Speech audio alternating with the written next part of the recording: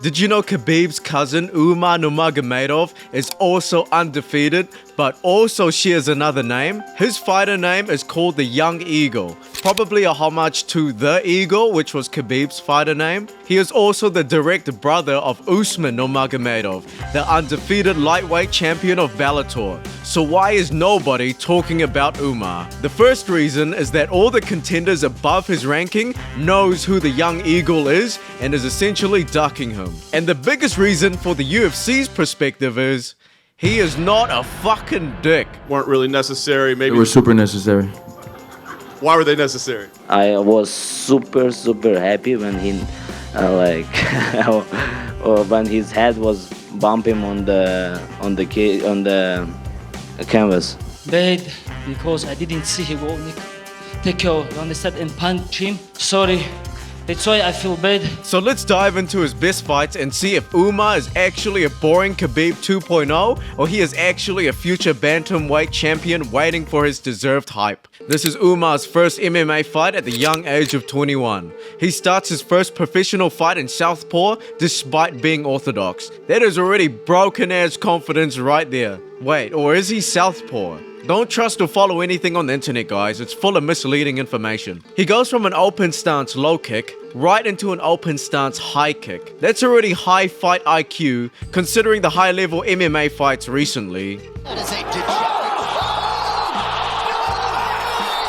Yeah. Umar does the same strategy a few more times to make the opponent more jumpy than usual. Also, there's Khabib on the pop-up screen. If the fight result couldn't be more obvious, here you go. Here's something that wasn't expected though. The opponent initiates the takedown. The opponent starts off dominating, but Umar slowly reverses the position and ends up in half guard. Then to side control, gets the top mount. So in other words, he's fucked. Umar Nurmagomedov эту пятиминутку забирает. Хороший темп у поединка, в основном борьба.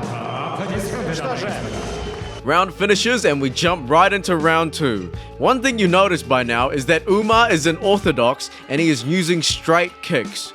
The opposite of round 1 where he was southpaw and using roundhouse kicks. Oh yeah, and there's Islam Makhachev. I mean, at this point, GSP is somewhere in the round corner. But to what I was mentioning at the start of round 1, the whole point of making the opponent more jumpy is to make him get used to open stance, where the pocket is larger and the rear side of the fighters are more important. Umar switching between the two confuses the opponent, and also him watching out for the scary ground game turns this into a bad matchup. The opponent had enough and he wants to take it to the ground where he can at least be dominant at the start and see what he can do from there. Well, there you go. Submission by guillotine.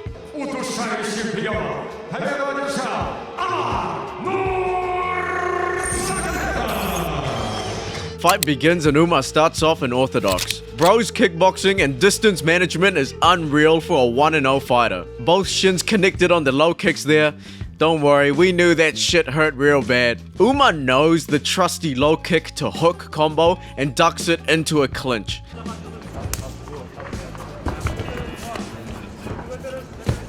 Fight ends up in a sprawl and they both get up with Umar hitting the most successful, most beautiful switch kick ever.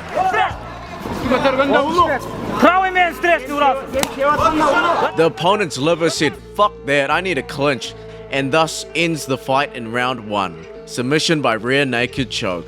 I think on to the third fight. You know how Umar's stand-up style is like now. 30 seconds into the fight and Umar already has him right where he wants him. First time Umar goes for a trip and it's solid.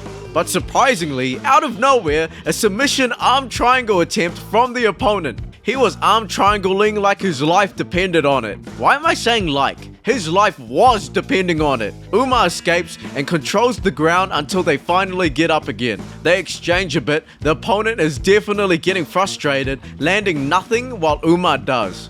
So he goes for the goofy flying knee to see if it works. Obviously not, but who cares? It looked cool anyway. Oh, and a nice pull counter. We are seeing the UFC's future love child right here, which makes it more mysterious why he isn't promoted as much as he should be in the actual UFC. The opponent attempts the takedown and it gets it successfully done. Wait, I think I know where this is going. Umar reverses the position, takes his back and gets it done. but with style. He didn't do it with a rear naked choke. He switched it up and knocked him out with punches. I don't even need to commentate over this. Umar got his switch stance stand-up style on point. In both stances, he low kicks, body kicks, switch low kicks, and switch high kicks. It is a battle of who closes in on the pocket recklessly and gets pull counted. But in this case specifically, pull countering into a takedown. Umar dominates the opponent with the ground and pound, but realized he did that last fight and finishes with a rear naked choke. I'm not even gonna lie in this one. I'll save you the time and make this short and simple. The next 3 finishes were all rear naked chokes, and there was at no point of the fights where Umar looked like he was losing. Umar's most recent fight, and it's been about a year since then. It is quite the kickboxing masterclass though. He stays in southpaw for a bit, switches stance, goes for a lead high kick to a rear low kick, and then a rear face teep to push him back from making a move. This works so well for people similar to his height. If or when he fights Sean O'Malley, it could be a different tactic altogether. Barcelos rushes in with a 2-3 combo, but Umar counters it with a lead overhand with perfect accuracy for some reason. What the hell? He was also extremely creative here. I doubt you've seen a sequence like this where Umar goes to do a 1 lead body kick, waits for something, okay, nothing, pressures more with a low kick, the opponent retaliates with his own low kick, Umar takes this chance to switch stance seamlessly and jab, slip, lead overhand. We can only imagine how much training this guy does to have this ingrained into your muscle memory. While we're on the topic of muscle, here is the KO we wanted. Fakes a knee from southpaw and goes for the switch 3-2 combo. But even Umar didn't know that his first hook slipped them cold. I think it's pretty obvious this guy's being held back because no one at the top wants to fight him right now. As of the time of this recording, Umar's sitting at a dormant 14th ranked contender in bantamweight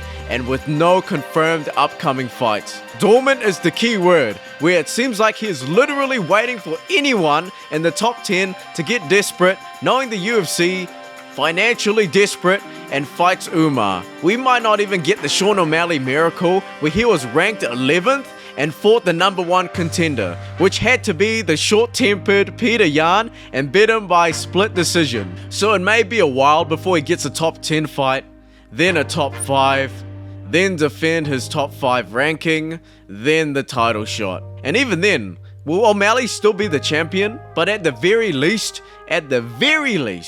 we know at some stage in the UFC, he will be bantamweight champion. We getting ready for something hopefully soon, huh? We get ready for something, hopefully. Hopefully the door comes knocking and then we go fight somebody top 10, huh? Let's hope. Soon. Belt? Oh, I predicted the belt was coming after hopefully 2 fights.